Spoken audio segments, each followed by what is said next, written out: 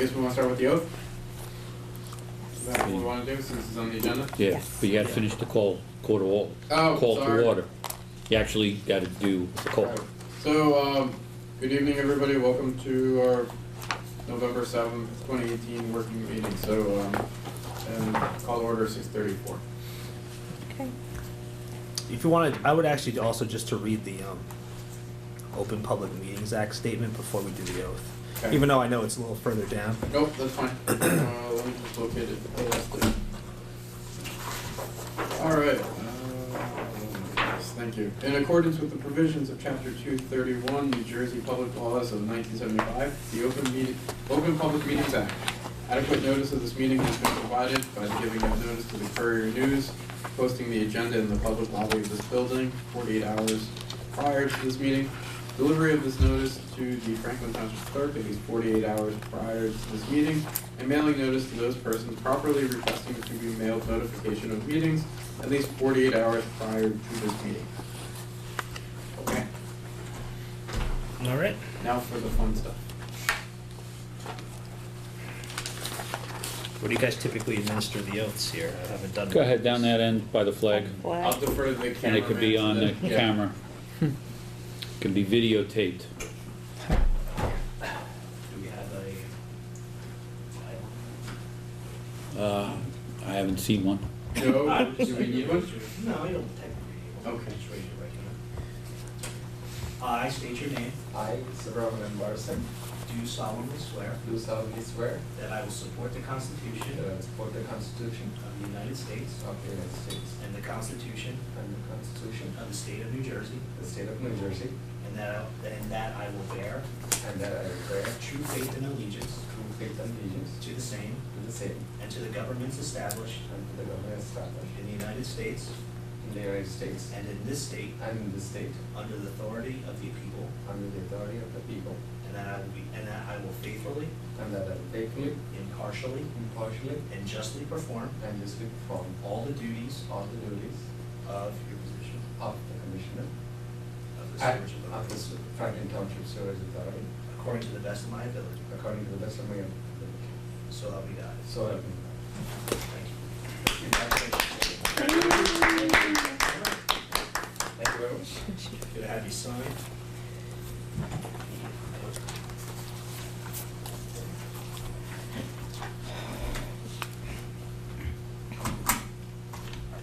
Just a copy of this spot. Thank you, sir. Congratulations again. Congratulations on the promotion.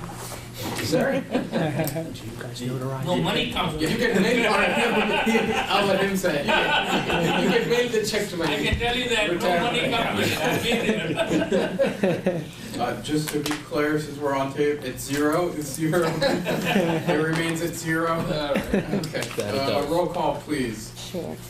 Mr. Ann Berenson? Yes. Mr. Bennett? He stepped out. He for stepped now. out. Okay, but he is here. Mr. Tuari? Yes. And Chairman Galtieri? Good evening. Okay, can we stand for the pledge of allegiance? I pledge allegiance To the flag of the United States of America and to the republic for which it stands, one nation, under God, indivisible, with liberty and justice for all. All right, we already did the chairperson's statement. Mr. Chair, Yes.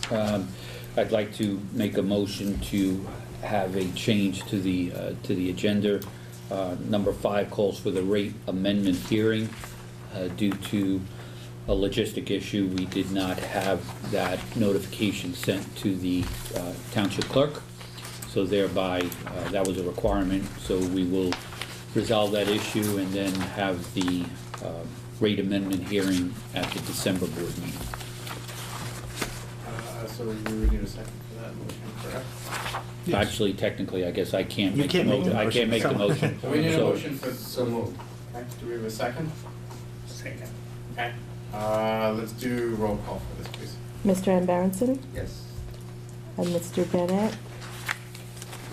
Mr. Tuari? Yes. And Chairman Galtieri? Yes. Okay. we'll move that to the December meeting and make sure that we properly notify all the products. Okay, is there a motion to open the meeting for public comments? A second. We can do this by acclamation, correct? All in favor? All those in favor of opening this to public comments, say aye. Aye. Aye. Anybody opposed? Okay. The meeting's open for public comments. Seeing no public here, is there a motion to close the meeting for public comments? So moved. Seconded. Okay, all those in favor of closing the meeting for public comments, say aye. Aye. Aye. Anybody opposed? All right. Moving along, has everybody had a chance to look at the working session meetings with minutes from October 2nd, 2018? Give a moment to look those over.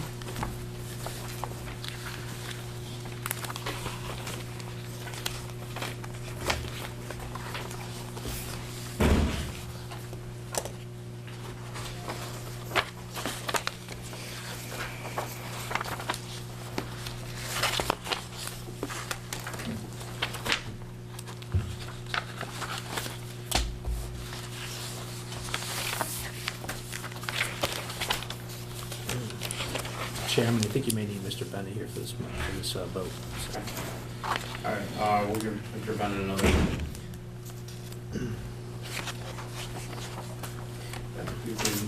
Okay. Yep.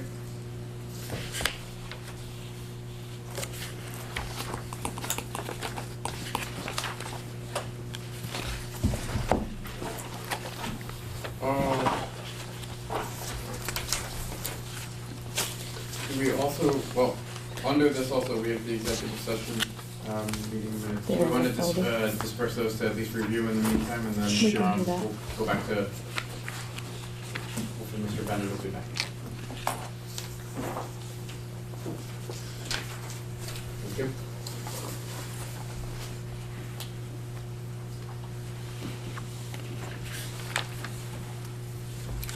Thank you. Sorry. Thank you. Yeah.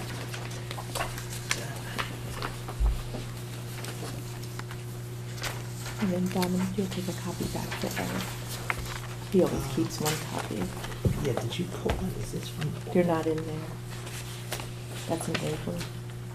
Because he didn't take it with him, so I left it. I got you. I'll take it. Mhm. Taking 6. Okay. I'll make that one.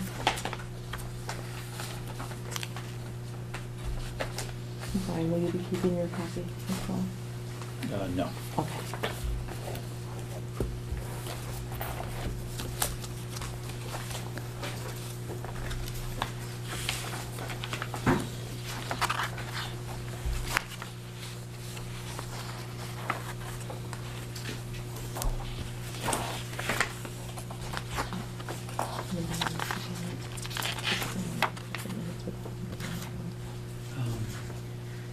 I would do it. I mean, they have quorum, so.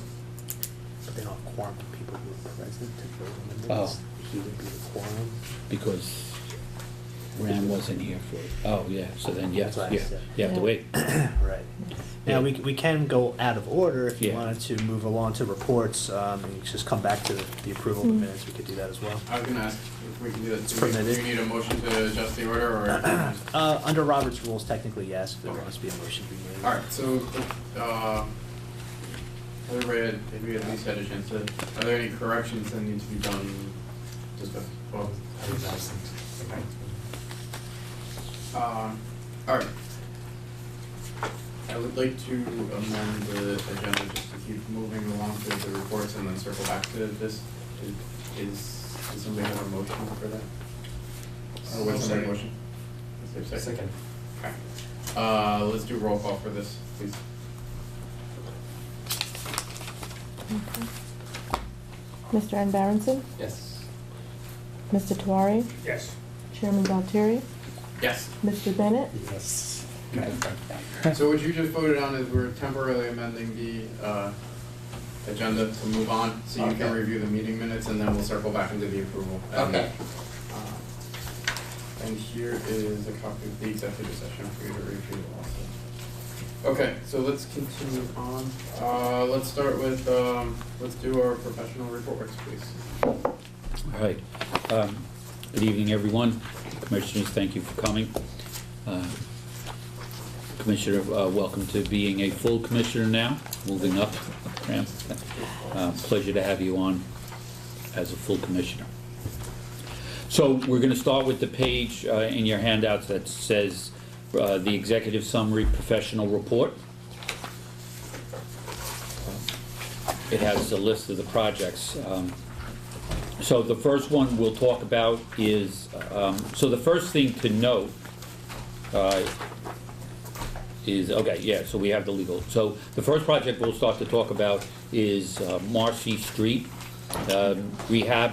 So that's listed as color, the same color it was the last week. There really hasn't been too much movement. I did meet with CME on October 3rd to review some cost estimates. There was some action items Joe took with that to make some additional changes and for us to schedule another meeting, which will hopefully be done in November, given my calendar. And then that way we would have another update for the December board meeting. Rodney Avenue Pump Station, color green. So significant here because it is green, and I did, based upon the agreement we left at the last board meeting, where I was able to release the check based upon certain criteria. That criteria was met, and on October 29th, I released the check to Carbo Constructors for $814,855.27, all of it, the 27 cents included. So that was released. There basically is one minor item relative to landscaping, which I made you aware of at the last board meeting, that would possibly carry over into the spring. All the other items, along with all of the necessary paperwork and forms, have been completed. Prior to releasing the check, I also had April meet with Joe and Dave Coates to go over, and they verified that all paperwork and all forms were filed, including us receiving the $2.1 million maintenance bond, which we have here in place. So at this point, this will be the last time you see this project on this project status report. And it has, now technically, just so you're aware, technically it won't get closed out for another year, Joe, right? Relative to the fact that we took a loan with DEP. DEP asked for another filing of a form a year, basically a year from now. So this will come up, but it's just really just standard paperwork relative to, they'll ask me questions like, okay, was all the work done? Did you get everything? And I'll say yes, and then, you know, the paperwork will be filed on their end. So, but from the authority's point of view, from my point of view, is we are completed, and we are in the maintenance. We have a maintenance bond and all the necessary. So I'm very glad that this is, I know for all of you, commissioners, and for Dominic in lieu of Eric, that, you know, this was a very long road. Obviously, as you know, that it was kind of in a mess when I arrived here in May, and we weren't sure exactly what the path was. And in August, we had a very serious executive session and talked about potential options that were not going to be pretty if we had to execute on them. But basically, with making it clear to our contractor that we were ready to go that option. They responded, and then they completed all their items. So I am very grateful to be sitting here tonight to say that this project is complete and we have released the funds. All right, asset management plan and GIS. So this project is also green. So let me talk about two aspects of it. First, the asset management plan. We incorporated, CME incorporated the final comments from our staff manager and operations manager, and the document was baselined by October 12th, sorry about the tense, was completed by October 12th. So the asset management plan portion of this project completed, we have it. There's an Excel spreadsheet that has all the inventory of the pump stations, so, you know, we're in good shape there. The staff web portal, as I also reported at the last meeting, there was some minor feedback that was being given to that. So right now, that's working fine. That web portal is used for our staff when they're out in the field to make updates. We've tested various scenarios, and I believe I also reported out at the last meeting, that the field testing went well. We tested that if the internet, there was no broadband access, that when they come back, that the changes would be cached, or the data would be cached and then uploaded when they reconnected. That's all working fine. So that aspect of it is working fine. So a change that has occurred since the last time we met, that when the last time we met, I had indicated that I had some concerns relative to posting the GIS publicly on the access, and just anybody could pull it up and see the information that was up there, whether it was where pump stations are, the gravity mains, force mains, the flow of direction, all that very detailed information.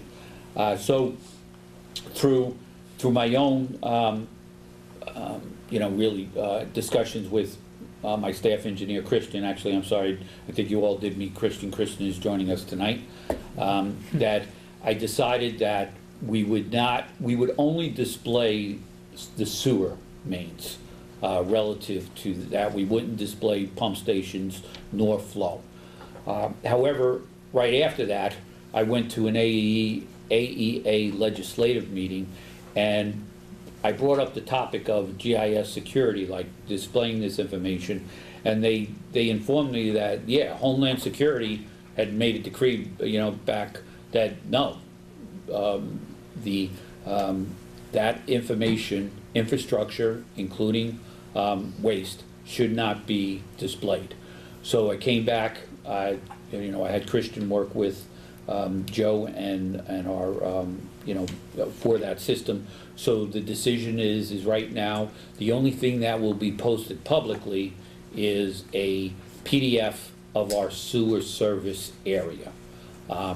Access to the system is by user ID and secured. If Christian, so you may ask, okay, what about the times that we have engineers from other companies who are working with developers and they want access? So the protocol is, yes, you will have to call our engineer, and if you need to come in and see that information, you will have to come in and we'll arrange a time for you to view it. And this really is upheld, and I did put it. I actually included it, the New Jersey court decision, 2003-123, that court case, I believe it was Brick versus whoever was the developer that wanted access. And the New Jersey court upheld that decision, that is not public information, and that if they do need to see it, they can come into a secure environment and get the information they want, but it is not to be displayed. So that was a significant change I wanted to let you know since our last meeting, that now our website, our GIS link is not public. Anybody who needs access to it, including myself, will go through a intranet to get to that link. So that's pretty much it. As far as our internal secure GIS system, that did go live effective on October 26th. So there were a number of both Christian and myself. So, Christian uses it in a very detailed working environment with other engineers or developers or whoever. Whereas I kind of use it when Christian comes in, we meet weekly to go over what's going on in the town, and it's really just to pick up as if you did Google Maps. Where's the location? I want to see what it looks like. So my use of it is really just as a user to read information, not to do anything, not to update. So that has been tested and is fine. Any additional enhancement, the agreement is now, because there is a voucher for probably the final payment on it, because I think actually it came to $10.47 left being in that approved budget. So at this point, any other additions or changes to that system, I would work with Joe to figure out, like, okay, is that just a minor tweak? Can Christian do it? Is it something I need a development to do? And then we would discuss it. But for the most part, the system is up, I should say, it is up and running, and there are no issues. So this will also be the last time you see this project on this report. So I guess, does anybody have any questions on this one? Okay, I have 2 questions that I want. One is, I know we're communicating with the town on this, so. Yes. So that's no issues with the communication? So I will tell you, I sent the email with the supporting information to Vaughn Locker. I believe I copied Mark and Vince, but I know I definitively sent it to Bob and said, listen, this is what we're doing. Let me know if you have any questions or concerns. I have not heard back from him. Okay. The second one, I think one of the first things you said is for the asset management. Right. So it's currently in a spreadsheet? So it does get downloaded into, I don't know. Okay, so it's stored in an actual database, it's just exported into a spreadsheet? Yeah, so we have it as a spreadsheet, yeah, in our Yes. files, yeah. So it's a spreadsheet. Okay. It's a EPA template that is utilized in the preparation of the asset management plans. Okay, so, but that's just for the planning, but our actual asset management is stored in a like an actual database? There is a portion of the spreadsheet is a database with all of the assets listed in it. Okay. Okay, If you recall, Commissioner, that project was No, fairly well, almost completed by the time I started it. no, I know, and at the beginning, before we had said that we wanted to avoid spreadsheets at all costs, I understand there's the EPA Yeah. requirements, so we may have to reevaluate this in the Yeah. future, because, I think I did in one of my many meetings on this ask about that, and at this point, it was already down that path. No, So I- we decided, and I may have even commented on this 2 or 3 months ago over the summer, where I expressed some of my questions about it, and at that point, the decision was made to go forward. So we can look at determining if that needs to be put in, be upgraded to like a SQL database or Yeah. some other type. I can't imagine, given what I've seen of it and I know of it, a need for it to go into like an Oracle database. right, And that's- no, I agree, So but, SQL is probably fine, but there was also, and I'd have to check my notes, I know I actually asked Jason the question why, and he did give me an answer that made sense. okay, no, and I understand if the EPA has requirements, we have to make sure that we comply, it's just, again, I may have hesitations in 2018 storing stuff in Excel spreadsheets, so, that's my IT side of it. Yeah. See, you guys are the engineers, this is where the IT side comes out, so, yes, I mean, I don't wanna revamp this project now that it's wrapping up, but I think we should put that as, if we have a list of other modifications, maybe evaluate in the future and keep this on the, maybe a wish list to upgrade, but not to, how do I say it? Not to say that congratulations on completing the project, so while I have questions, good job in getting this done, I know this was one of our major things to continue with funding, so congrats all around on a good job, and it sounds like we finished on budget or relatively, so even You bigger can't get much closer than within $10.47. All right, so do not take my comment about future changes as a negative. It's more of just a list for the future, but again, congrats and good job. And I'm glad to see that we got this done. Okay, thank you, Chairman. So, turning over the page, we're now at the Foxwood Drive Rehab. This is with CME and National Water is our contractor. Color green, the project is really moving along at a very good pace and progress. really green all around.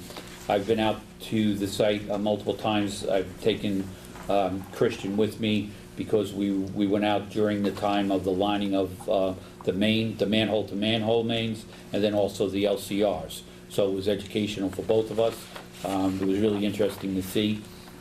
And trying to think of who was out there from. Might have been Walter from our office. Yeah, it I was can't Walter. remember. Yeah. So we're moving along as I indicated, or as I informed you at the last meeting, because of the fact that the amount of work that had to be done, we estimated in the contract, the damage wasn't as significant as we expected. So we were able to pull in Churchill Street, and we're going to include that in the lining, and that all the paperwork is being processed, but to be upgraded. But we have included that in the project. So again, going along, everything's moving fine. So with the rain, have we seen improvements in that area? I mean, I know we're not. It's we're kind of not hard to having tell overflows. at this point because the lining, so a lot of the work that was done prior to here really is the CCTV camera work. We started with we've got 3 crews out now, the grout, an LCR, and a manhole to manhole crew, but that probably only started within the last 2 weeks, I Yes. believe. So it's hard to tell, really now. All right, Hamilton Street Pump Station. So I have pictures, because I know, other than Commissioner Surrender, who was out with me, not everybody gets a chance to get over there, so just pass one. Yeah, okay. So this project is green. Is this See- Hamilton or Somerset? Somerset. Oh, wait, I'm sorry. I did say Hamilton and then gave you out some. So we'll talk about Somerset since I'm handing out the pictures. So Somerset, Howard is here with CDM, our engineering firm. So Somerset Street is moving along. It is green. We've completed the force main on Brookline. We've completed all but one of the manholes, the 4-foot manholes. One was attempted to be put in either today's Wednesday, so last Friday or Thursday, but there was a problem with an unexpected water line, or no. Yeah, they found that the sewer was encased in Right, concrete. yeah, so we have to go back and revisit that, but other than that, everything's moving along. So Brookline, the work is really focusing on the pump station. So, if you look at the picture, and I guess the first one is kind of what looks like a glass of Guinness in a hole. Very tall glass of Guinness. So this is the wet well. That's about 55 feet deep, Howard, that hole, Yeah. right? And it's pretty impressive. That shale, you'll see the lower level shale, that's just like rock. It's as hard as can be. That is anything but loose shale. The rock pile that you see to the picture in the back left, that is the backfill that's gonna be used for here. We had 2 stockpiles, one that could be used and one that really we couldn't, that has to get shipped off. So that, again, that's all moving along. The second is shows you one of the laterals going to the, that blue pipe is going where, Howard? To the man, that's going to a manhole out. Yeah, That's right, that's the sewer. right. So that's Draining sewer, Brookline. that's going out to a manhole. And here is a picture of really the 2 wet wells and the dry well, correct, Howard? It's the grinder vault. Oh, the grinder well, vault, yeah. And the connection manhole. Yeah.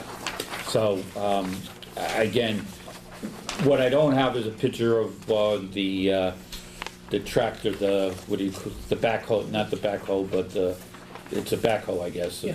digging out this hole, and the angle it was on. Commissioner, you were out, Surrender, you were with me that day so it was pretty impressive.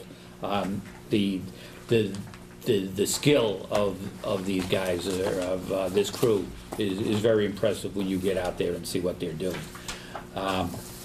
So I did want to show you some of the pictures of that. Again, all that work is moving along. We're on schedule. In fact, I would say that we're, slightly ahead of schedule. The contractor may say he's, either on schedule or slightly behind, but when you look at the schedule and see where everything is, we're moving along fine, so. A quick question on that. Sure. Do we need to have, like blasting permits for these? This shale, like you said, is so, Yeah, so good question. So there wasn't any blasting. It was a really big jackhammer Right. that gets attached to the crane and it bangs. I was actually on site the one morning. And impressively enough, like I was standing next to the one family structure that's next to it. And though the ground was vibrating and it was hitting it very hard, it's not like everything was shaking and you'd be in the windows were rattling. So it does its work. I mean, the technology today that they are able to do and focus, have it really focused in that area and contain the amount of vibration to the others is very impressive. So no blasting was needed because none was now, was should done. we need one? We have to get one, right, from the town? If you were gonna do blasting? Yeah? Yeah. Yeah. How So- about building permit? Do we need a building permit? That's already been, we've already. Oh, yeah, so yes, so a ton of permits were needed. Yes, but actually all that stuff, all that work was taken care of even Right. before I came No, on board. I understand, but I just didn't Yes, know. yes, we need a building permit, yes, we applied for one, yes, we Yes. have it in Yes. hand. And then I needed the final blessing of our DPW manager. Would you like us to make us sweat any more for your question? No. Yes, all the permits were got. Okay, I know we got it, I just didn't know if we needed one. Yeah. That's fine. So, right now, work How's the on, neighbor been? I'm sorry? Has everything been okay with the neighbor? Yes, so, no significant issues being raised. I got a phone call last week where, relative to somebody wanted to get out of their driveway and there was a truck that had to be moved, somewhat of a little inconvenience, but for the most part, no. In all this time, I've only spoken to two residents. Okay. From the time we've started in August. And one was the garbage collection issue, which really wasn't our issue. We tried to work with the garbage companies, but they didn't want to work with us. And then this resident, and I actually called Dean and, Dean later on said, okay, we'll take care of it, make sure that we're a little more mindful of exactly where our trucks are parked so that we don't block a driveway accidentally. One thing I did notice was,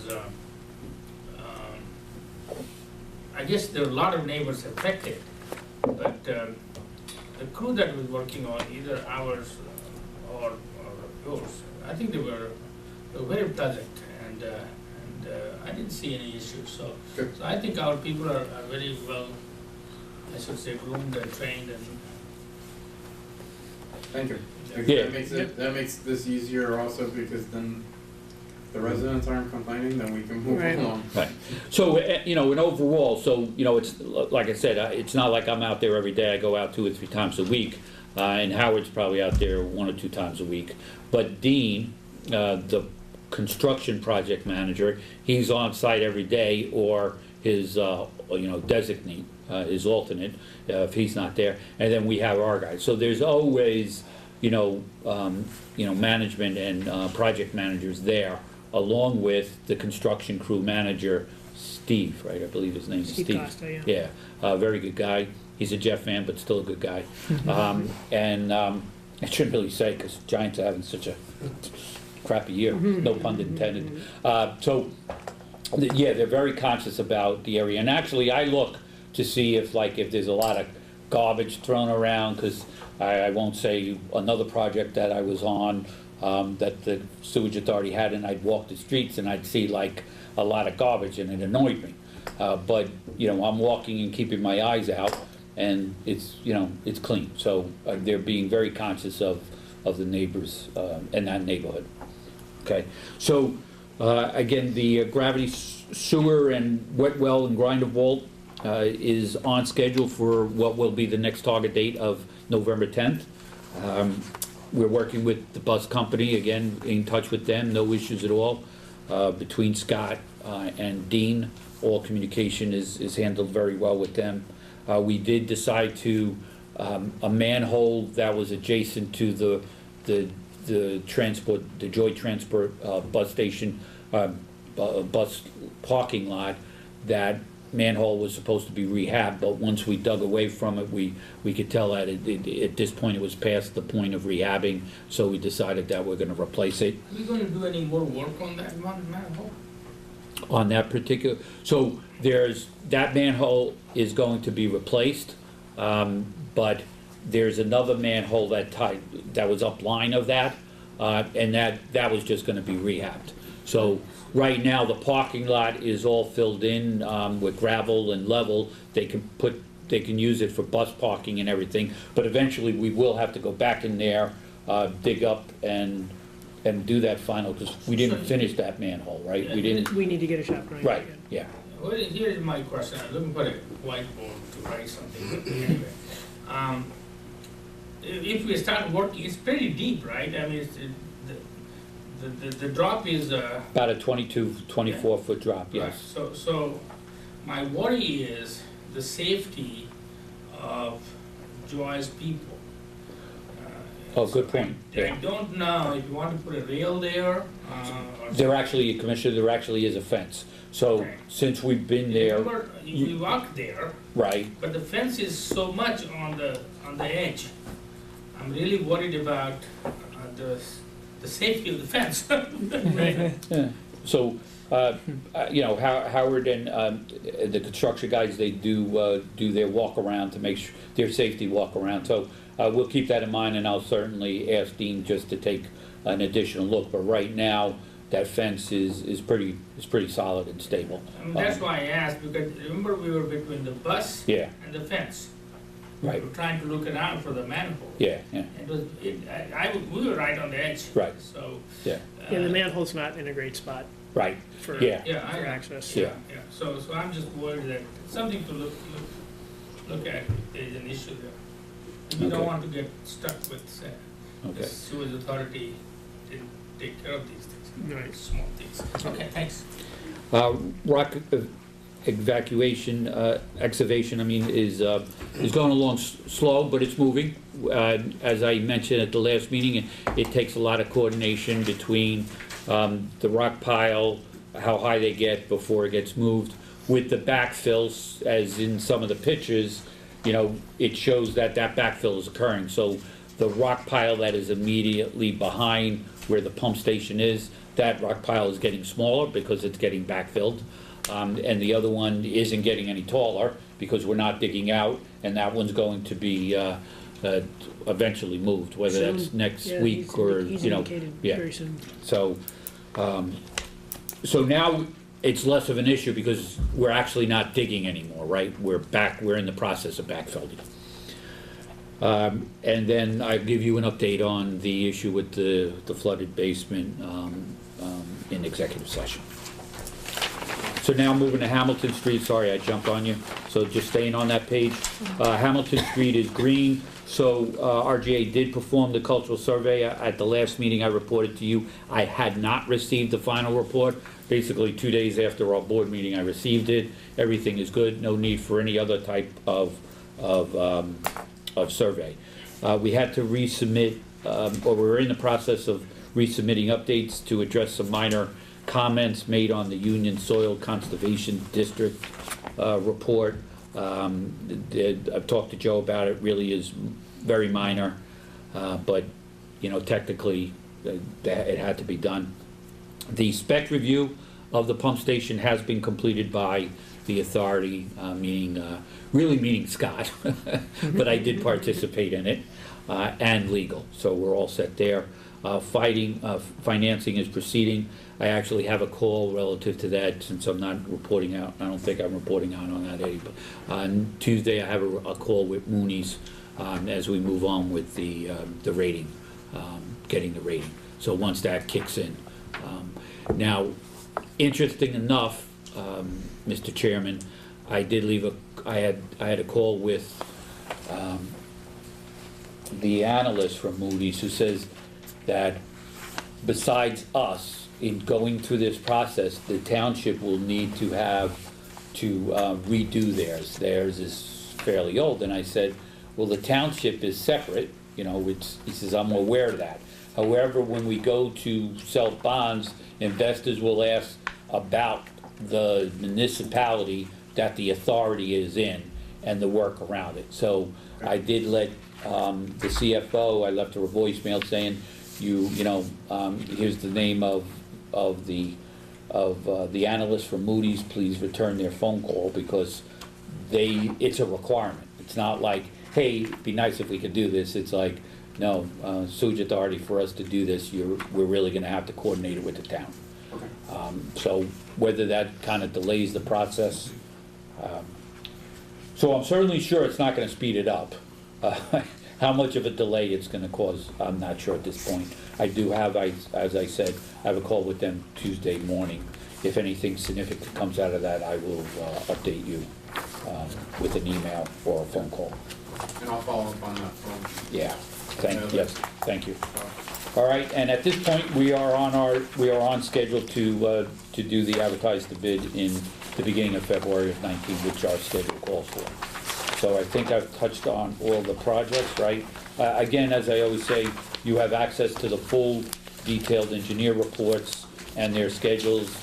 Certainly feel free, if you have any questions, to give me a call.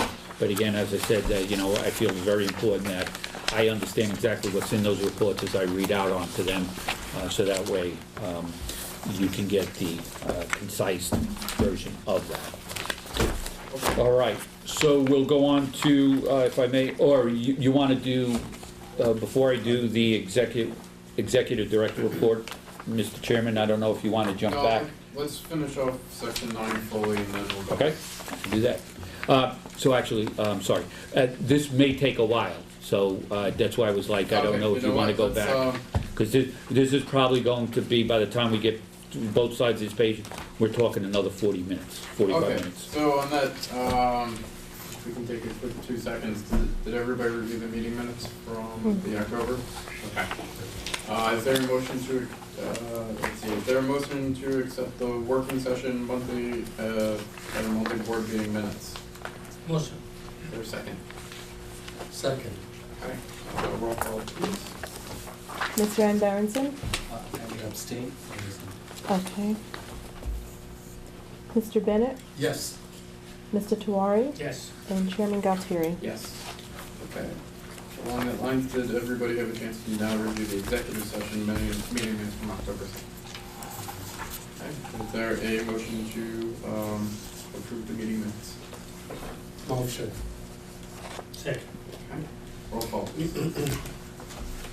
Mr. Ann Berenson? Abstain. You abstain. Mr. Bennett? Yes. Mr. Tewari? Yes. And Chairman Galtieri? Yes. Okay. You have one. Oh, Yeah. No, that's fine. We just have to return. Trying to save them with Yeah. staff right here.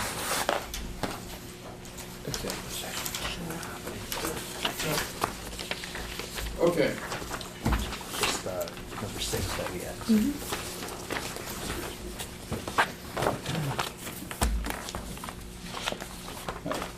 Back to me, Mr. Chairman? Yes. Okay. Thank you. All right, so on the executive director report, again, you'll see it says page 1 of 2, so we'll start with that. So attached in your packet, you'll find the revenue report, revenue versus budget.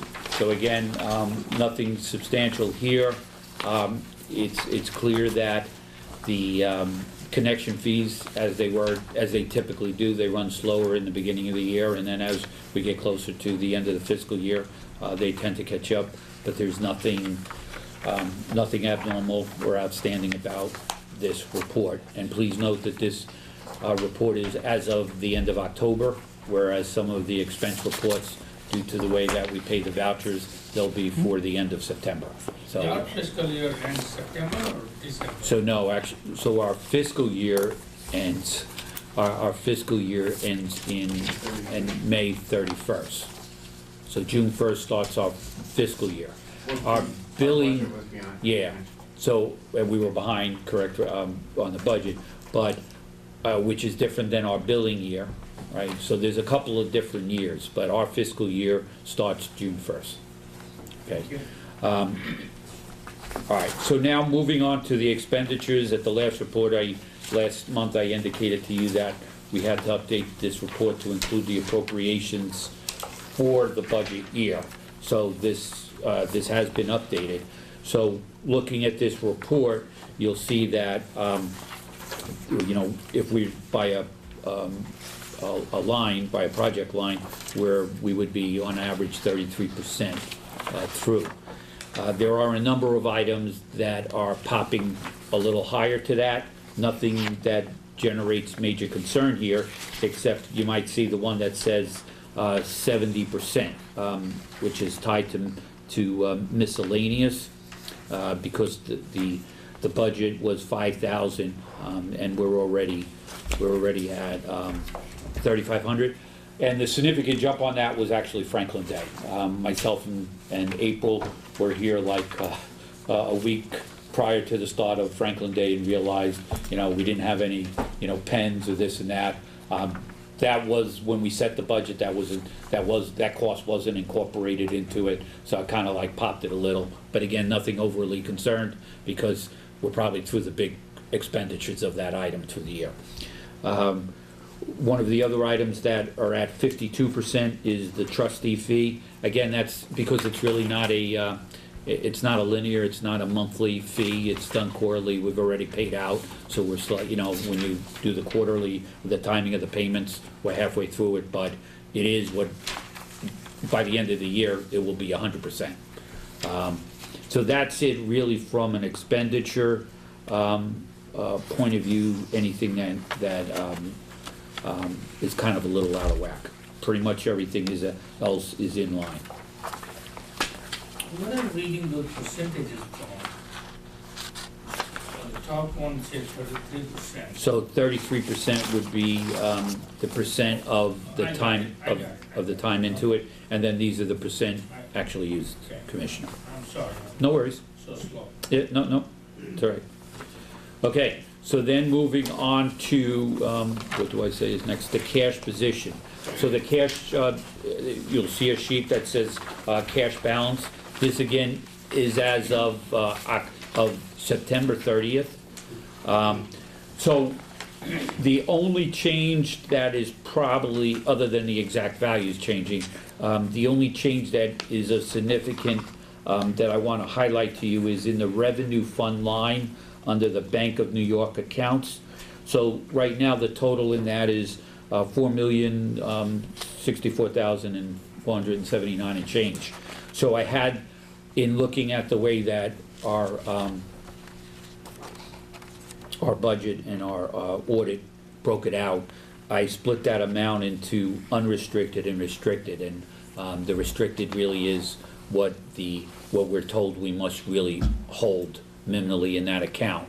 And that account is kind of like a check. It's kind of like money flows through a lot, so we wanted to only allocate that, make sure that we don't go below that line. So right now, as you can see, in the unrestricted portion of that, we're and again, this is as of September, 1.5 over it. So the key thing here is that we don't get under the 2.528 number that's there, and that's why it's broken out that way again. This cash balance sheet continues to go through generally tweaking, because every time I look at it and I learn something new, I try to match up what's here to be an accurate reflection to you all relative to what's expressed in the audit. So as I find things, I also then carry it on to this sheet.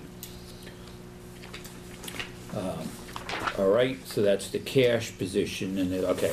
So again, if you have any questions about any of the items, certainly feel free to give me a call, and I will gladly do my best to answer them. So now on to the discussion items. So let's start. I kind of won't go in order. So let's do quickly new hires. So we're on target to have our new hires starting Tuesday, November 13th. They have gone through all the approval process, testing, everything is good, been confirmed. They'll be here on the 13th, and I've given you the specifics relative to the union contracts, starting pay on the sheet that you have in front of you. Just for further clarification, so that week, myself and April will be in the AEA conference, League of Municipalities Complex. So when they start, they're gonna start with Scott's guys in the back, and then when April returns on that following Monday or Tuesday, she'll take them through the welcome format, the explanation of benefits, the normal stuff, but, you know, there was that choice of delaying it a week or having them start, and clearly having them start and getting going with Scott guys in the field was the right decision to make. Is there what's the attrition here? What kind of attrition we have? How many people leave a year, join a year, why? So it probably doesn't work out to a person leaving a year, one person a year leaving. I mean, once people generally join, they're here for quite a while. It ended up, this was a backfill, one of a retirement and then one of a vacant position that was vacant for quite a while. That when I came on and found out it was already a vacant position, I started to move, and then came along the retirement. So that's why there's two, but it's highly unlikely that, especially in the, yeah. Okay. We're actually getting one of the maintenance person that's starting is a very seasoned and experienced maintenance person from a surrounding township, not ours, but a surrounding township. And given what this person, what he was making in the surrounding township and what he's starting here, he's very happy to join us. So I think, you know, once they get here, they're very happy with the work environment. All right, so that's the new hire. So let me talk a little, since I touched briefly with it. So relative to the Hamilton Street funding, as I indicated, I do have a call on Monday, and actually that call was set up, I don't know if conference call scheduled for Monday. Actually, it is Tuesday. I did say Monday, but it did get moved to Tuesday. That call is, so I will be able to give a further update at that point. But there's actually, the questionnaire that I got, it probably will require a second call to discuss that, in addition to the whole issue with the fact that the township itself will have to go through a re-rating.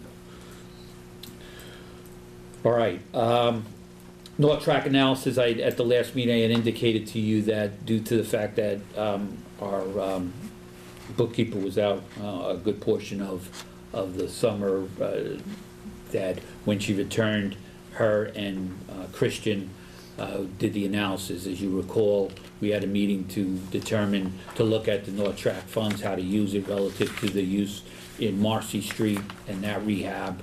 You know, we made that decision a while ago, and with that was, you know, I had asked that we do a reconciliation because the data was kept in two separate spreadsheets, and they were kept by two different people, and we needed to make sure that the amounts reconciled. So all that was done. It is reconciled. We've also come up with the process that as we use the Marci funds, we will simply go on a first in, first out. So the oldest projects, those monies will be used. And we've also reconciled to the fact of what already has been used for given previous charges. So at this point, it's documented, and we'll be able to move forward without any questions. Not that it was a difficult question. It was you know, an option was, hey, if something is $1,000, spread it evenly across all the accounts. But you know, that really, when you talk about something, if it's $100, it didn't really make sense. So the decision went to go with the standard accounting principle of FIFO. Okay, so let's do the development agreement. So in their packets, Christian, do they have the development agreement? Yes. Okay, so the development agreement, I've been reporting out to you that a number of the concerns that came that came to me when I started looking at these development agreements was, first, it's not a locked document, meaning I was getting development agreements from attorneys that were not our template. Like, they would delete portions of it, or they'd add something. And because of that, obviously, anything that's changed has to go through attorney review. So I wanted to streamline this and make sure that we have a sewage authority development agreement, and you're going to sign it, and it's our agreement. So in doing that, we also reviewed it pretty much line by line, myself and Christian. And Christian is really very grateful that this exercise, I think, is coming to an end, because he was in my office multiple times a week. It's fun. Going over it. And there was a lot of interaction, a lot of discussion about it, but there were a number of clarifications that, like when you read the document, and you know, I won't say I'm the brightest guy in the world, but you know, I think I'm fairly intelligent, and I'd read it and I'd say, what did that say? What did that mean? And Christian would like look at me, yeah, I don't know. So the fact that the two of us couldn't really figure out exactly what it meant, we clarified it. The major, though, change, as I've discussed with you before, is that we've had developers over the past, and I live in a development where this occurred, that after the development was built, the pump station was deeded to the authority. Now, developers in their wisdom believe that this was a good thing for the authority, but the harsh reality is that increases my maintenance staff, my time. People have to go out, you know, we check, our operations manager policy is we check these pump stations every day. So after looking at that and talking to the town and understanding how they handle certain situations regarding stormwater drainage areas, that I said, okay, we'll come up with a maintenance fee. Now, a number of you were here when the high school was built, and that we have the high school on Elizabeth Avenue. When it was done, it has a pump station, a small pump station, and they contracted with us to do the maintenance of that. It's their pump station, they own it. Anything that needs to be upgraded in there, whether it was a pump or whether it was a door or it had to be fixed, that cost is all on them. But we come into an agreement, and basically the fee for that is, on an annual basis, is roughly $26,000. So I use that rate in determining, in what I'm gonna propose to you, that we don't have to decide on tonight, because it's not tied exactly to the template. But the fact that I have a section in there that says if you are deeding over a pump station, there will be a payment to the authority for a maintenance fee. My recommendation to you is going to be for 15 years at $26,000, which is $390,000. That if they want to do that.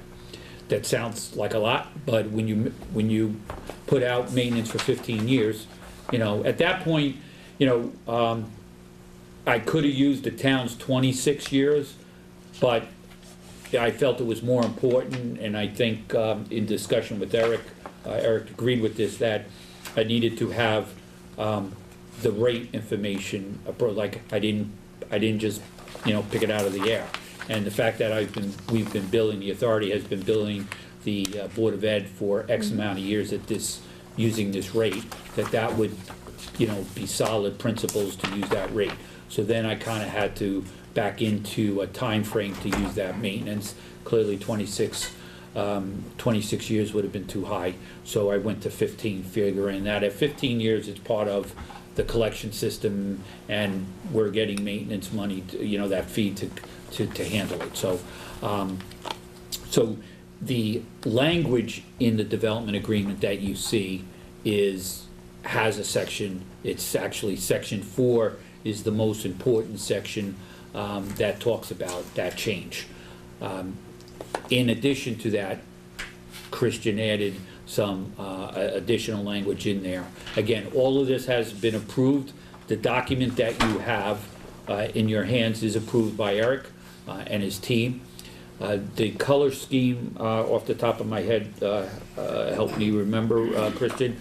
The rose-colored is the original changes that we made, that we submitted to the attorney, and then the second color is a blue. Yep. blue, those are changes that we updated the document relative to feedback from the attorney. So I think it's very critical and very strategic for the authority to go from having a development agreement that is not controlled, that an attorney for the developer can edit, make updates, and give to us, to having it where it's our development agreement, and if you cannot change it, and if there are sections in there, if they need to make, changes to it, that they can do that. We give them room for that. But I think it's very important that, it's under change control. I would, using Chairman Will's terminology, my IT world comes with me like, I want that document under change control. And also, I want the ability that, I think it is in the best interest of the sewage authority, that if we are deeded pump stations in the future, that we receive a maintenance fee for that. Now, you may ask, okay, why not just charge an annual fee? So there are actually times that would not work out. It would work out if there is a homeowners association that is in place, that you could bill them. But I'll use my development where I live in town as an example without naming it. Where I live, it's a development of 250 plus homes. There are 2 pump stations. However, we don't have a homeowners association. We don't pay any fees. So in that case, like, there'd be no one to bill to. And then plus the fact sometimes developers go out of business. So that whole aspect was taken under consideration, was discussed, and I also naturally talked about this with Eric. So I believe that's why I'm a strong opinion of recommending that you support the agreement of putting in a maintenance fee. The template, approve this template as proposed, and then in the December meeting, we could come back and talk a little about more if you have any questions about the fee. I mean, my proposal to you is that the algorithm I just gave you, $26,000 a year for 15 years for a total of $390 is what we charge that. Now, how would that be captured? Well, though Christian is extremely thrilled that this document is done, he knows that on my board, if he walks in, the next assignment is there, which is the update of the rate rules and regulations. So there are a number of changes. I know that you actually updated that document in February of 2017, I believe. So a fairly recent update to it, but there are changes that need to be made. And naturally, if we have a maintenance fee associated with the deeding of a pump station, or any actually, technically any apparatus, collection system apparatus, then that has to be upgraded. So that's the next project, and ideally, I would like to have that document to you for January, but most likely with the holidays, that may go out to February. I've got a few questions. Sure. Mr. Reagan. First, I mean, I'm not looking, this first time I'm looking at it, maybe other people have looked at it, but can I take it home? Can we talk about it next Sure. meeting? Certainly, that's an option, and I accept that. I realize that you may, want to look at it in a little more detail. Okay, I have not looked at it at all. Yeah. The other Right. thing I want to ask you is that, how do other towns do it? Good question. So, We don't want them to run away from Franklin. yeah, so, a good question. Christian actually was at one of the AEA meetings where this topic came up. There are some towns that do it, and there are some that don't do it. So you really have to, and I'm glad Howard's here tonight, because I'm going to try to give you a little of the history, but Howard was here from the beginning. So a decision was made in the late 90s, mid-90s, to say, hey, they looked at the town and realized that there was a significant portion of the town that was going to have growth. And because of that, the infrastructure that was in place was not going to be able to handle that growth. So there was meetings that came to the agreement of of a formula or an algorithm that says, hey, listen, this is how we're gonna determine when a new development goes in, how to cost share that cost with the current residents, plus taking into the future costs of the effect it would have on the collection system, whether it be a pump station or whether it be a need for a new pump station. So at that time, the North Track, there was actually an ordinance that was done through the town, had to get their approval that, yep, this is going to be defined, to put in place that allowed this support. So it's been in effect for, 50, no more than 20 years. 98. Yeah, so since '98. So it's not, my changes to it aren't anything really structural, it's just that relative to the addition. And actually, I failed to mention it, I've had this discussion with Howard too, because Howard, relative to everybody sitting around the table, Howard has the most history with the understanding impact fee of North program. Track and the impact fees. So, and Howard thought it was a reasonable position I was taking relative to adding a maintenance fee By the way, for the pump station. I'm glad you're taking this initiative. I didn't mean that it was questioned. No, I didn't take it that way. So No, they were all- it's a good initiative, this Yeah. is good standardization and so on and so forth. Yes. And I'm not worried about the amount of money, I mean, I'm sure you guys have discussed about it, as to what's reasonable. I was just thinking from the point of view as to how we compare with other towns, and you were saying some people do it, some people don't do Right. it. And the people that don't think it's a good, one of the comments to Chris was, hey, that's a really good idea, we gotta take that back to our town and figure it out. I will tell you that, I've had discussions, and I don't wanna, pull anybody into it, so I won't say who I had it with, that basically is, with all the rehab, the rehabilitation, the rework that we're doing, the redevelopment work that we're doing, that had a significant impact, and we probably, as the authority, probably missed the boat on that, on trying to say, re-looking at that and incorporating, should their impact fees been added to that, because, the work that's being done on Hamilton Street, you're talking hundreds of new units coming online, and there is additional flow. But at this point, by the time you would attempt to get through having legislation put through at the municipal level with an ordinance, and then us, you'd almost be at the tail end of the redevelopment. Like, I know there's some work being done, but, at this point, we kind of missed the It boat. would have been optimal to Yeah. have at the beginning, but. Yeah, but, so I have even looked at that. The other thing about this development agreement is that, quite honestly, the use of it, of when it needed to be used, it's very clearly written. It wasn't really being enforced. Those are good initiatives, like I said. One question is like a quirk in my mind. If I'm going to buy and develop in a development, the developer is going to spend another $390,000. And so he's going to pass it on to me, right?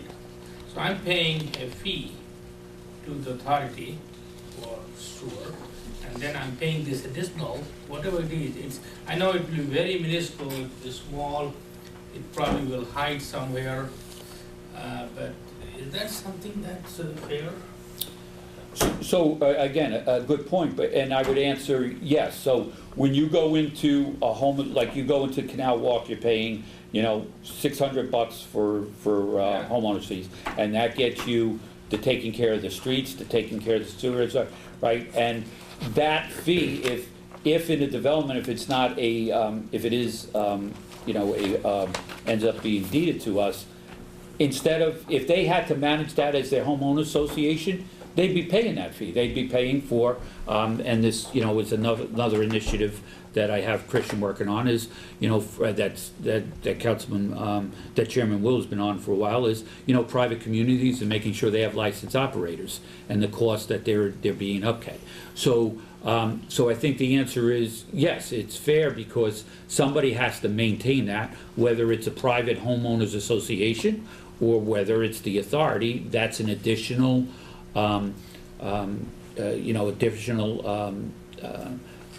structure added to the collection system But that we we don't have to charge that maintain. from other 22 pump station people.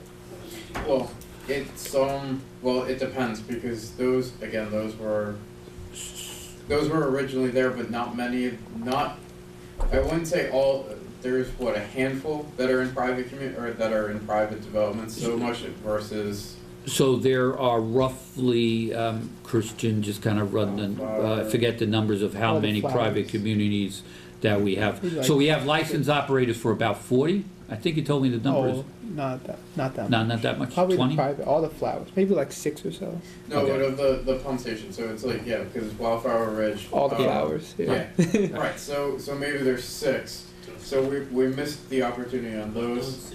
But in this case, I mean, I understand where you're coming from, and I'm trying to think this through.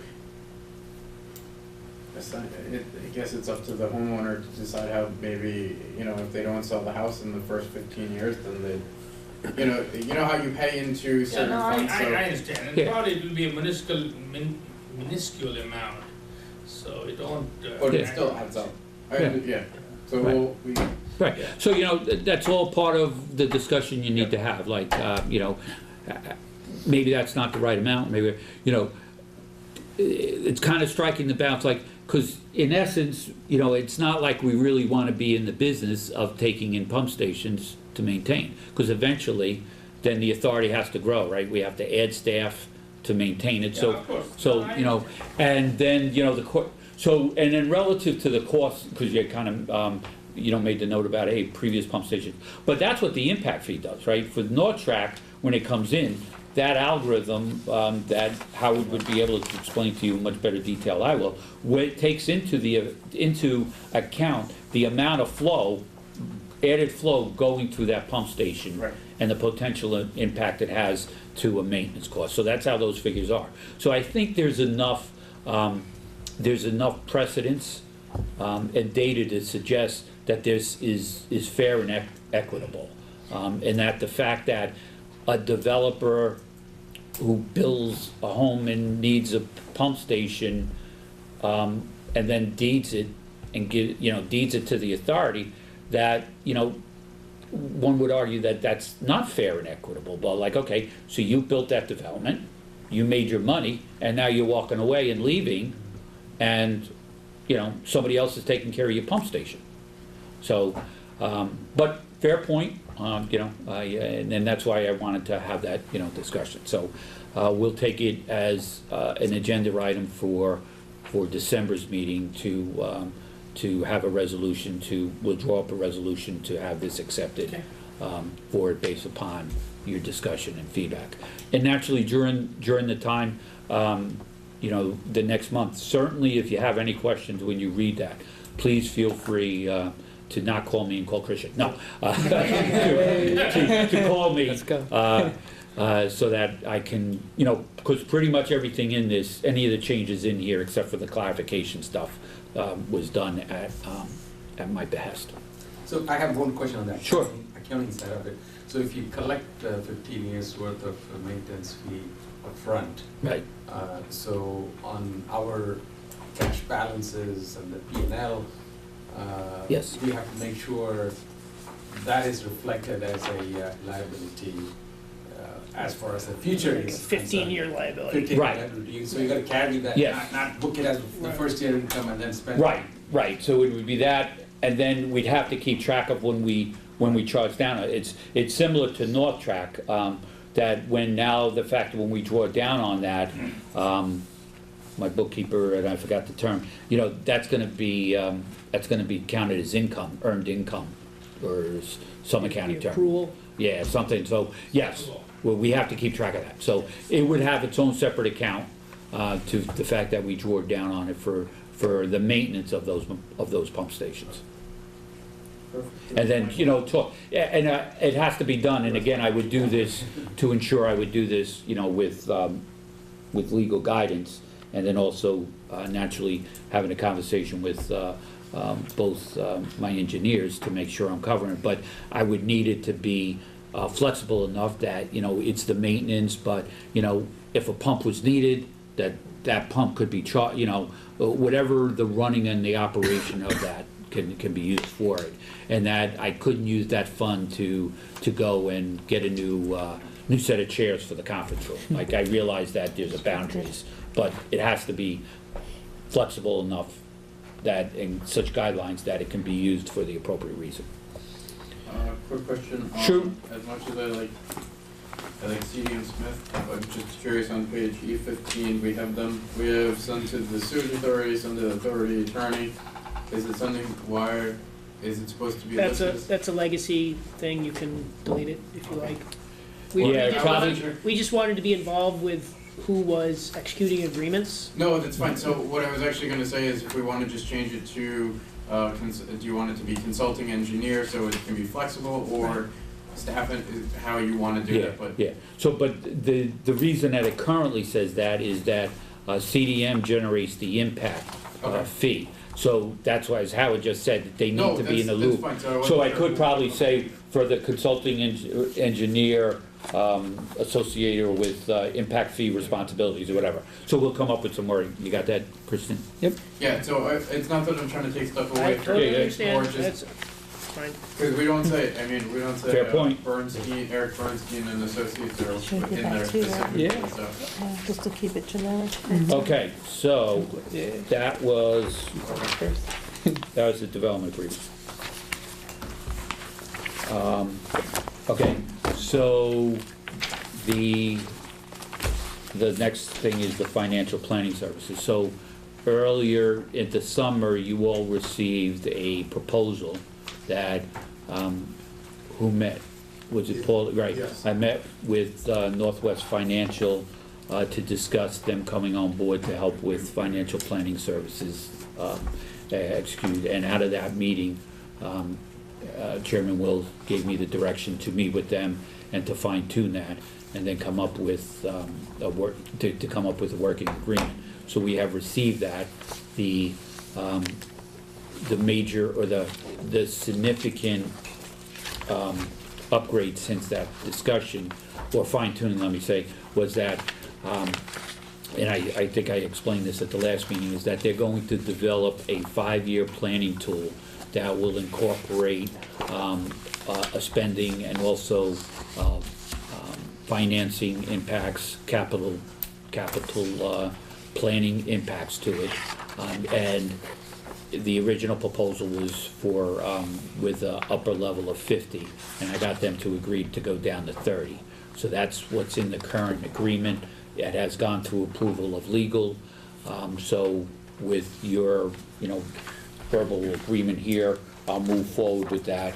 And it, in speaking to April, we probably have to memorialize that at the next meeting with a resolution, as we do with all our professional engineers. But having said that, I would like to be able to give approval to Heather that says, okay, go ahead, we can set up the next meeting, and we're moving forward on this. So what would be the most, okay, so this is where we need a little guidance here. We normally do our reappointments of consulting firms and consulting professionals rather in February. Would this be would it be optimal to do, let's say, a 3-month with the intent to renew it or reappoint in February, just so that we get everybody on, so we don't have somebody in December, somebody in February, somebody in, with that, or does that create a whole bunch of headaches for us? So, with that, possibly, I don't know if an option is just to actually keep it on to February, but do this with the agreement of February to the following of the year.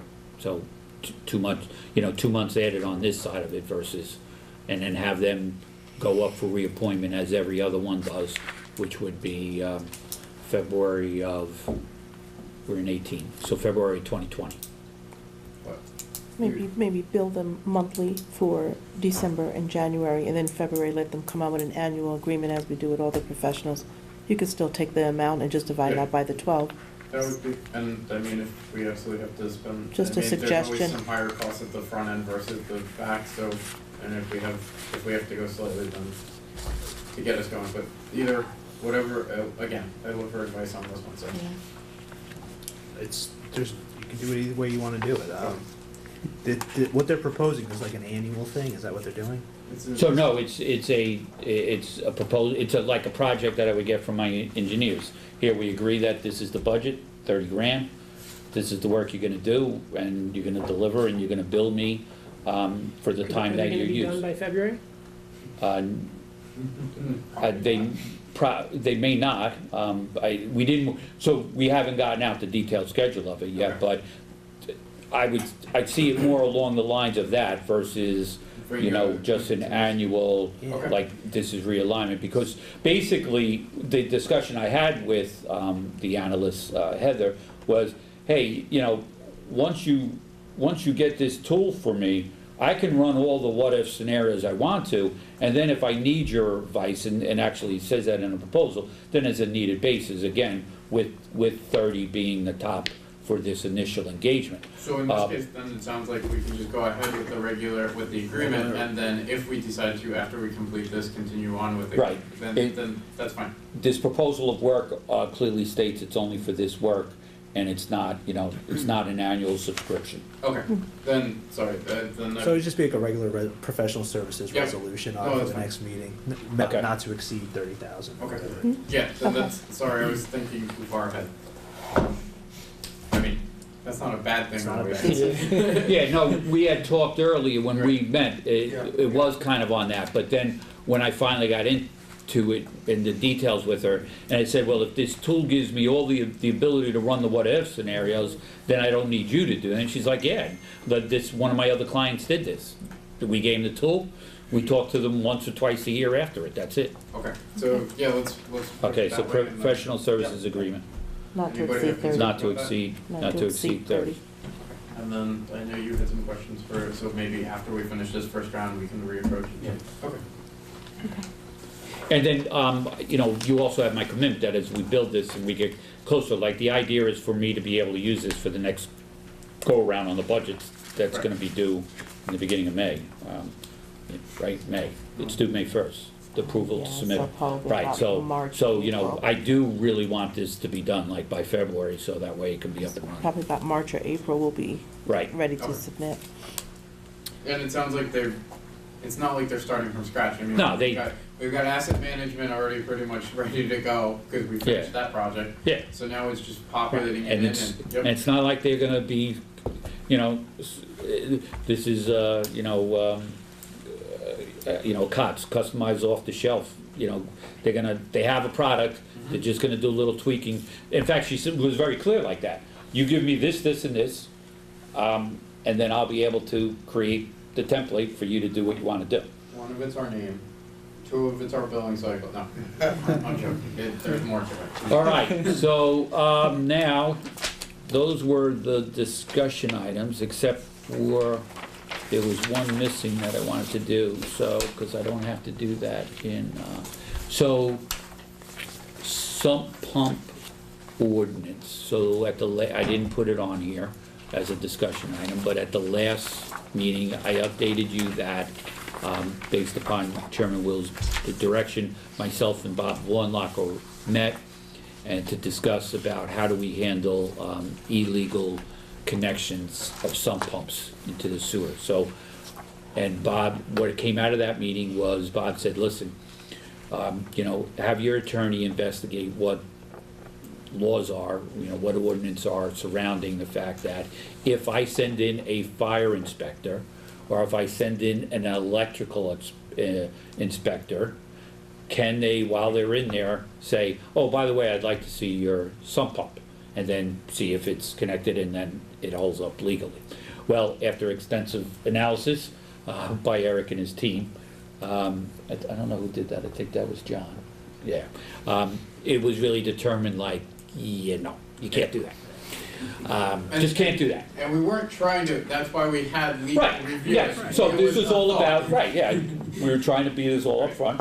That if, what does accepted law, cases say in this matter? It's very clear, you can't do that.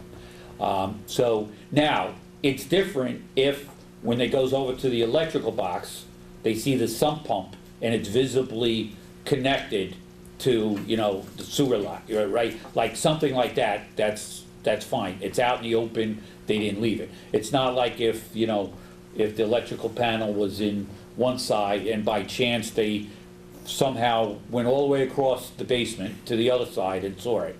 You know, that's really an extreme example, but, so then now the discussion is, okay, that really puts the ball back, what's gonna be in town council's hands, right? I can have the discussion with you, I can have the discussion with Bob, or the three of us, so we can get together with, I don't know if it would be Public Works Committee, I mean, I can meet It with might you. be Public Works, and it might be admin. Yeah, I can meet with you at night, but this is it, and since I have a little history of work, of being on town council, like I know how this is gonna play out. So the ordinance is gonna say, upon sale of your house, we're going to add in a sump pump inspection, right? There'll be a fee associated with it, we'll send out, you know, one of our inspectors on each sale negotiated, and we'll obviously charge. Now, so logistically, it's pretty straightforward on what to do. However, getting that type of ordinance passed through town council may be a little difficulty, because at town council, you know, you'll have council people who are concerned about fees, right, to the seller, and then being passed on. And then also, naturally, you'll have real estate people. I remember the one time I was on when we did the sign ordinance about not allowing signs in town, and we had every real estate agent pack the room and say, no, you're taking away the livelihood of my business if I can't put out a sign. So we could attempt to work that and see how far that progresses, but for the most part, there aren't really a lot of options relative to the legal possibilities here. And to be clear, the reason that we're really focusing on this, I mean, we've done immaculate work to get the infrastructure, the system up and running properly, that the pump stations are being modernized, we're relining pipes, we're fixing areas that we know are down. At this point, we just want to make sure that now that we're getting I&I taken care of, that we're also not paying for somebody just pumping clean water, and that's really the main reason. It's not to try to penalize the residents or anything. It's just that somebody might have done it years ago, they sold their house once or twice, and somebody moves into town and doesn't realize that it's not supposed to be like that.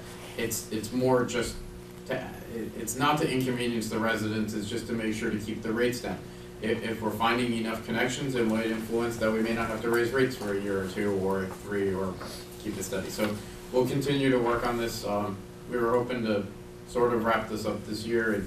We got other stuff taken care of, but not with some pumps, but not this one, unfortunately. But we've got time. We'll try to continue as much as we can, and if it carries into next year. And if there's no actual feasible solution, then we might have to admit defeat for a while and go with under the current ordinance. But I'm not ready to fully throw in out yet. So can I ask a question? Yes. So I used to own a property in Flemington. What that township did was, because I think if you structure the inspection only upon sale of a property, somebody doesn't sell a house for 10, 15 years, so rather than doing that, I think Flemington Township, what they did was, I think they had scheduled the inspection dates that they sent a letter to everybody, and every 5 years, you know, whatever that they decide. So everybody gets a letter, and you assign a few people in there, and you knock it down the whole week, because they can do an inspection, and wherever they find violations, then they actually come in with a camera, and the fiber optic cable, go in, check that, you know, where that it gets connected, and then they write you up, and then they charge you to do that. So That's interesting. So I would think there'd be some legality issues, challenges to that, all right, you have a ongoing inspection, like to get into my house, like I don't have to open my door to you. Yeah, I don't know. You said Flemington does that? Flemington did that, Yes. yeah. So did you take that back to Eric Yeah, and just ask him to look at I it? mean, I've so- never heard of that in other towns. So Yeah. So I wonder if. I'm okay with. Here's why I'm hesitant. Listen again? Facts. Okay, so the reason I'm slightly hesitant because, I understand why certain inspections are done throughout the state. It does take a huge impact on the residents, especially with how large of the town it is. It would take a significant amount of resources to knock it out in a short amount of time. And also just knowing what the state, because townhouses are subject to certain types of communities are subject to inspections by DCA, and their success rate versus fine rate. The goal is not to, I mean, I understand why they do a fine but the intent is not to to go after the problem. It's more of just to try to rectify if possible. And yes, and so yeah, maybe that's something we look at. We can assess it. Maybe it's every 10 years or something like that, if it's even. But so actually, what I suggest though, instead of having Eric, because at this point, this really is not, it's not an ordinance that we'd be doing. So I to think that type of ordinance should be investigated by the township first. So I think I have a public works meeting at the end of, well, So I know I don't have just admin tomorrow night, Yeah. we have council tomorrow night, but we have public works, so maybe we bring it up then. Okay. So that's towards the end of the month, but if we need to, again, we're still working closely together, because ultimately it's probably gonna be the authority having to do it, so we don't want to, that's the nice part, we don't want to, if the town doesn't wanna overstep to say, yay, 100% this without the authority having input, so that's why we're working closely on this. Okay. All right, so that really, for the most part, are all the discussion items for tonight. On the back, number 5, You you'll missed see. my one that I wanted to briefly talk about. Did I? From Monday, our discussion Monday that I know you resolved, but. Oh, okay, do you want to? Yeah, so real briefly, last week there was a slight issue with miscommunication and information that went out. So what I did was that, given the nature of it this was around licensed operators and monthly reports, and there was just a disconnect in information between just down the line. So what I asked Brian, and I know Christian worked this week to take care of it quickly, and I appreciate quickly finding a solution, is that rather than review documents, just have licensed operator reports come in and have our licensed operator, Scott, review it if there's an issue, that there would be a way that they track who monthly, basically, what reports we're getting, whether there's an issue or not. This way we can keep track of, we have community reports, we can keep track to make sure their systems are being maintained, what inspections are actually being done. And this actually came up at the AAA conference, dinner that I went to, that we brought up of how do you ensure that, I pay a licensed, I'm a community, I pay a licensed operator, $3,000, $5,000, $10,000, whatever the annual fee is, but how do we know that they're actually doing something and they're just not paying for the name or something? So it is a challenge that we're not the only one trying to tackle this. The AAA is going to actually look at trying to work with other reforms going through around private communities to see if tag on another thing to try to force licensed operators not just to report when there's a problem, but the immediate concern was how do we track what we actually have on hand. So now this way Scott and Christian have a way to track what documents are in, and we don't have any further misinformation or anything out there. So again, thank you for finding a solution. I appreciate you tackling this so quickly. Now we can move forward. All right. Thank you, Chairman. Yep. So yeah, I appreciate you bringing that to my attention, and Christian working with me to get a solution really within the day. So that was good. And if it involves a spreadsheet, we'll find another solution. Of course. Database. Short-term fixes are spreadsheets, long-term are not spreadsheets. Yeah. Okay, so now on the second page of the director's report, we have pretty much the resolutions you're going to see tonight. They're pretty much the standard. You'll see expenses hitting in that stack of paper that's down by Chairman Will. Operating and expense, the payroll, general, renewal and replacement, our loan, the renewal and replacement for Rodney Avenue, and then escrow account. In addition to that, there are resolutions for the adoption of the tort claim form. So this is related to a topic for executive session, but separate from executive session is if somebody makes a claim against the authority, there actually isn't a way there wasn't a way to process that claim. So we had to put together a tort claim. Eric and his team worked together on that form, and tonight you'll have a resolution that will adopt a template form, so that way we can send it out to anyone who wants to make a claim against the authority. Additionally, you'll see resolutions for the new hires for their effective date. The development agreement template, so we're going to table that until December. So number D on my list is tabled to December. Do we need to have a resolution for new hires? Is there a law? So good question. So, I think by definition, it just has become practice at this authority that that's how they memorialize a new member coming on. It's just been done. What I can share with you in my analysis of it, and actually even speaking to Eric, there's no requirement. It's just the practice of this sewage authority. So I'm keeping. I'm sorry, in the last meeting, we talked about some authority to you. Right. Hire some of these people. Yes, so, and that's relative to actually making the offer before getting approval from you. This is about, once that's all been agreed upon, that there actually is a resolution saying, yep, they're a member. So it's kind of the second half of it. The first part we talked about is that I couldn't even make the offer to them without your approval, and we've come to agreement that, you know, that for staff that's already part of the budget, that you give me authority to do that. So Eric actually still owes me a note on that. He's got to just remind him that he owes an action item from that. Yes, Commissioner, I'm sorry. Sorry, go. No, I finished. No, one concern I have is that we, checking the box shouldn't be the resolution. That's, we are getting into, we shouldn't be getting to a point where some of these resolutions, if they're not needed, they're not needed. They're for day-to-day running of the authority, and it's unduly taxes the time and effort of people. It's not warranted. It's not warranted. That's what I'm saying. It's not legal. We shouldn't have a resolution on this, so leave it to you.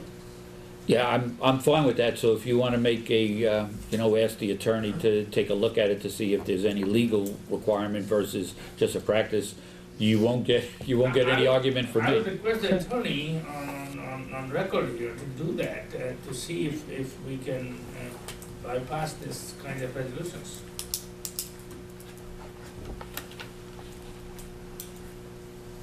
Okay. Thank you, Commissioner. So in the meantime, though, we do have the resolutions tonight for that. We also have a resolution for a development agreement in its current standard form for this Devon Realty Company in black. That's included in the packet. This agreement actually I received earlier in October. Right after the last board meeting. It's been approved by Eric, so this is just ready for your standard approval. The rate amendment, we're tabling to December, though this is really about the public hearing and the resolution documenting the fact that there was a public hearing. The resolution authorizing the rate increase was already done. And then the other resolution you're going to see is relative to our state health benefits program that we continue to be part of the state's health benefit program. And there's an annual resolution that's required for us, signatures for you to sign, correct? Actually, this one is an incentive one because they're looking for employees to take on something either under Horizon or under Aetna that's a lower cost to the authority. And as long as the employees find that their physicians or practicing professionals are within that, it's a lower cost to the employee, which is a lower impact for the authority. So they're offering an incentive for individuals who go to a lower tiered plan. But we have to pass a resolution in order for employees to participate in that program. Okay. It doesn't have to go before the union, correct? It's not It's- mandatory, it's Okay. optional. And it's an incentive where Okay. the employee is actually gonna be receiving money back. Okay, no, I Yeah. wanted to make sure that it's nothing that we're gonna have to go into negotiation. Yeah, we're not changing the vendor or the plans at all. All right. So, in moving along, again, you'll have those resolutions as we noted. So a couple little minor things. So annually, the authority has been giving out the calendars, the print calendars, Right there. such as this, right? These print calendars, for the most part, are, to a point where everybody's calendar is on a phone. So the question to you is, we've already placed the year ahead order for 2019. But we would want your feedback if you would really like to continue to receiving these. If they're worthwhile to you, it's not an issue. But if you really don't use it, like I know when I was a commissioner, to be honest, I got it, I took it home, it sat, in some drawer on some desk, I really didn't use it. So if you're really not, just let April know, and then we can determine if we wanna really. He's asking you to take a pay reduction.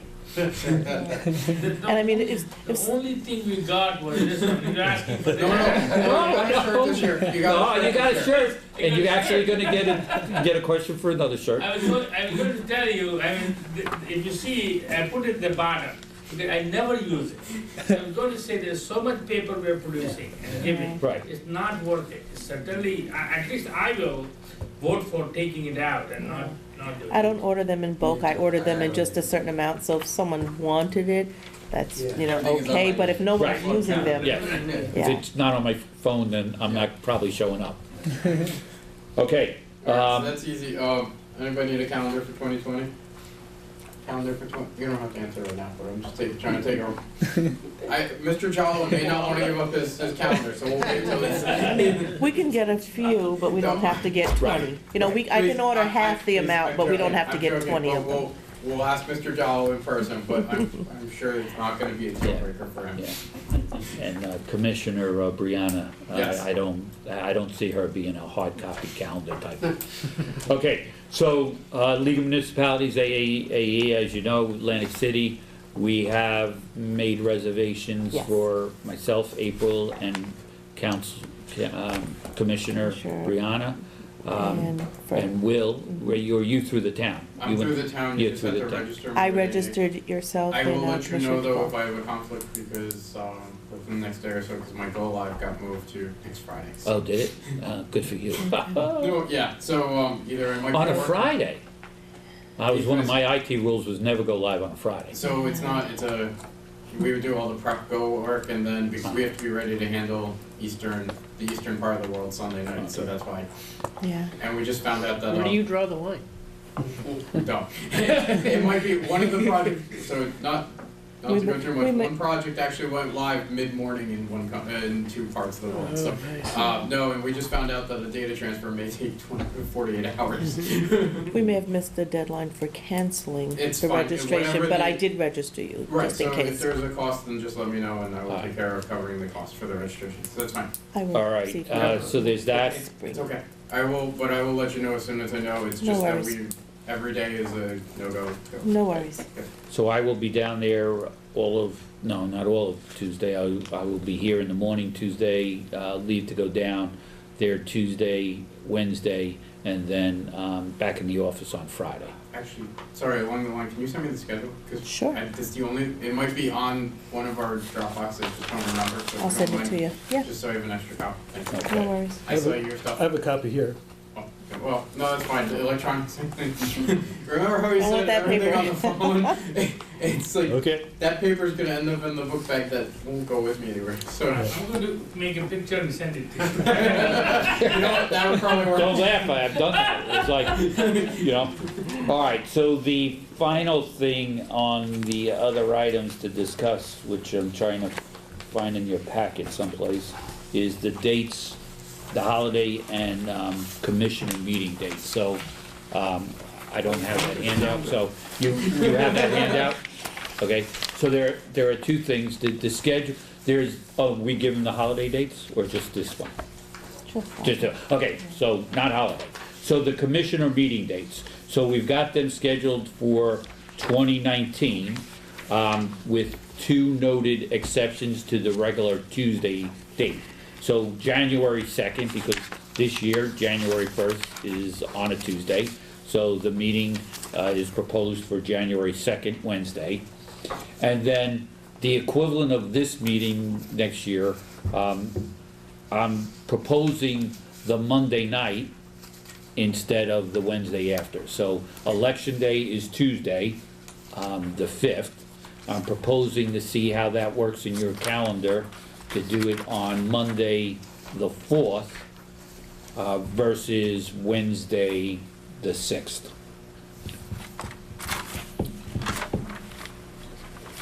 So it, you know, it really is, One issue there is, and we saw this in this compressor hearing, that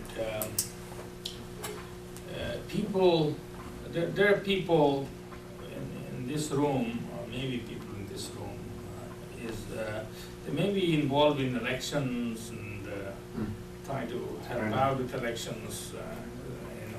So that makes it very tight. It was very, very tough to go on Monday for that compressor. Because of you. all right, so I'll take that as you'd prefer to have it on the Wednesday immediately following the election.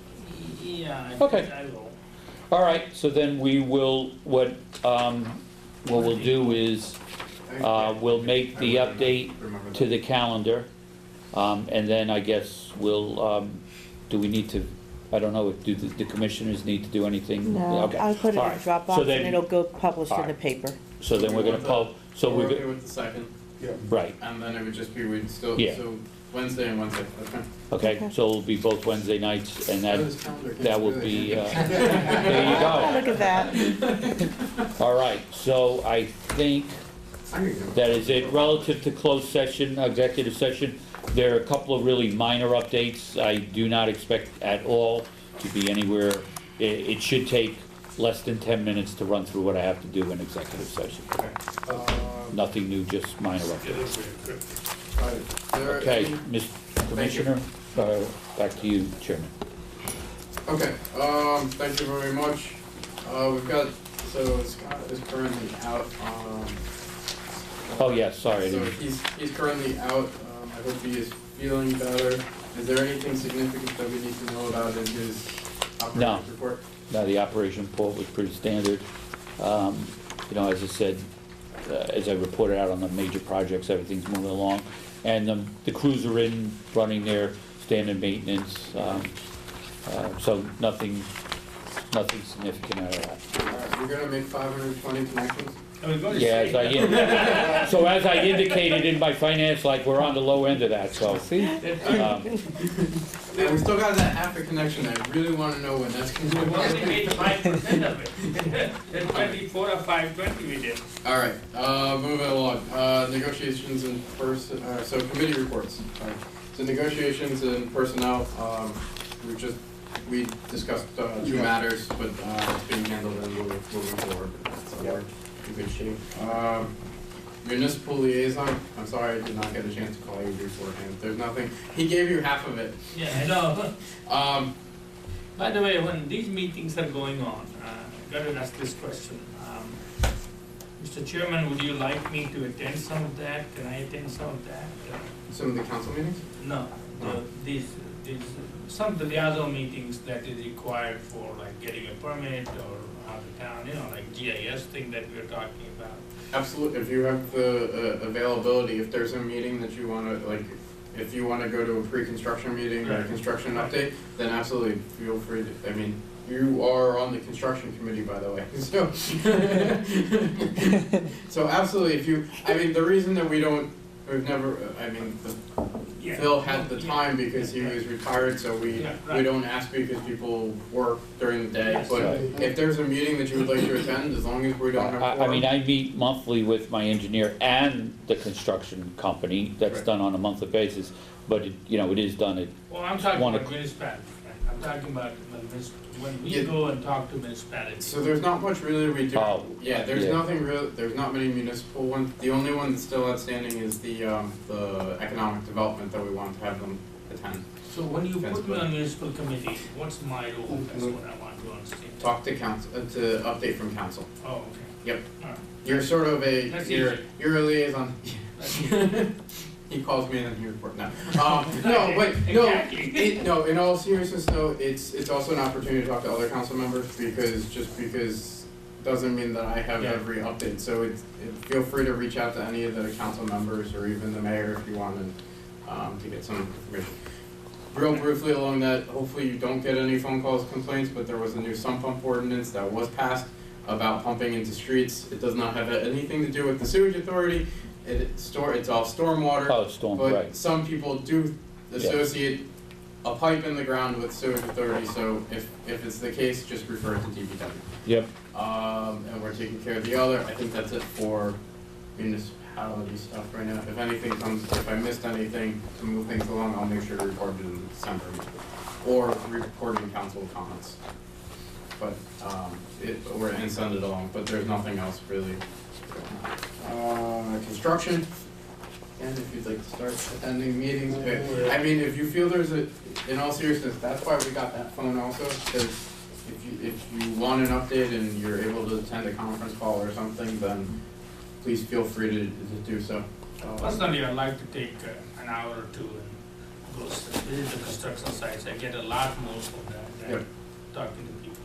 Yep, absolutely. Yeah, just, Chairman, so I do want to make that offer, as you may be aware, Commissioner Sorrento came in, I spent 2 hours, going around to two projects. No, we went to Rodney, and we went to Somerset Street.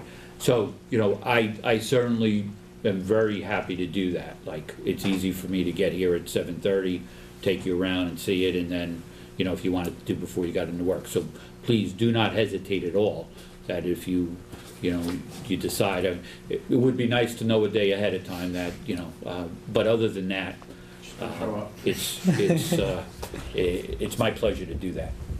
Yep, and definitely take it. I still have to finish the tour.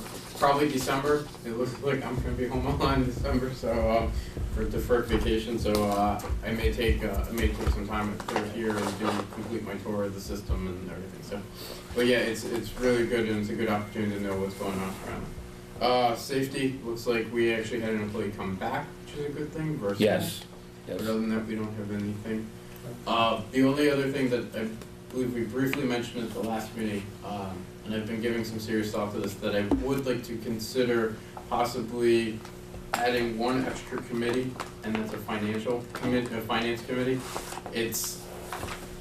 I'd like you to weigh, or just think about that for the next month.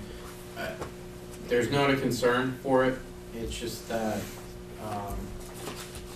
again, we want to bring in a financial consultant, we want to be ahead on our plan, but I think it would be a good way, especially with some of the commissioners with their backgrounds, to just give assistance on everything. So but in no way this is a reflection on the current, it's just more of just an extra staff to possibly have. So, and also to give our executive director maybe just a little help also, so that he's not trying to learn everything on his own and handle it everything. So, and then the rule, if you miss a meeting, you're probably going to get nominated for it. So everybody show up to December meeting. All right, but all joking aside, this is more just a protection for everybody else, commissioners and the staff. So, all right, moving along. Anything else for committee?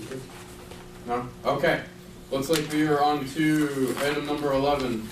The approval of the resolutions will be done by consent agenda. All of the items listed below are considered to be approved in nature, thereby requiring one motion and 1 second for all items.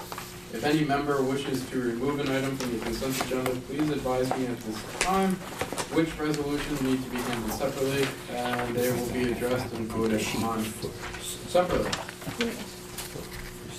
All right, included in the consent agenda is the payroll account of $150,141.97, operating expense account $821,502.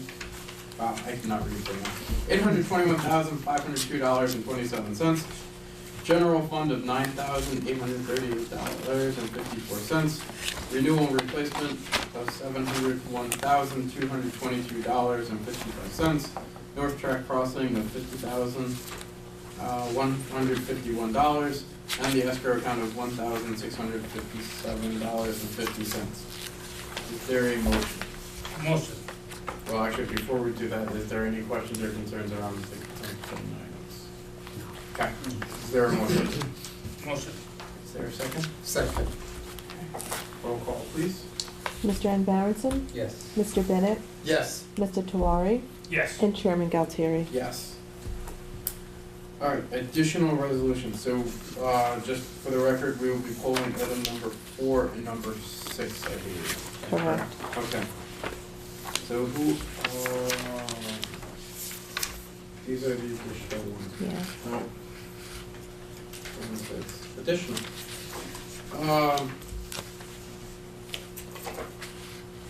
Dominic, do we need to do them individually, or can we do them all No, together? you gotta do it. All individually, okay. Is it sufficient enough just to read the title that's on the page? Exactly. Yeah. Perfect. Okay. Okay. Who offers a motion for the adoption of the tort claim form? Motion. Is there a second? Second. Okay. Roll call, please. Mr. Ann Yes. Mr. Bennett, Yes. Mr. Tawari, Yes. and Chairman Galtieri. Yes. Who offers the motion for the new hire of Matthew Desmond, maintenance person? So moved. Is there a second? Second. Okay. Roll call, please. Mr. Ann Yes. Mr. Bennett, Yes. Mr. Tawari, Yes. and Chairman Galtieri. Yes.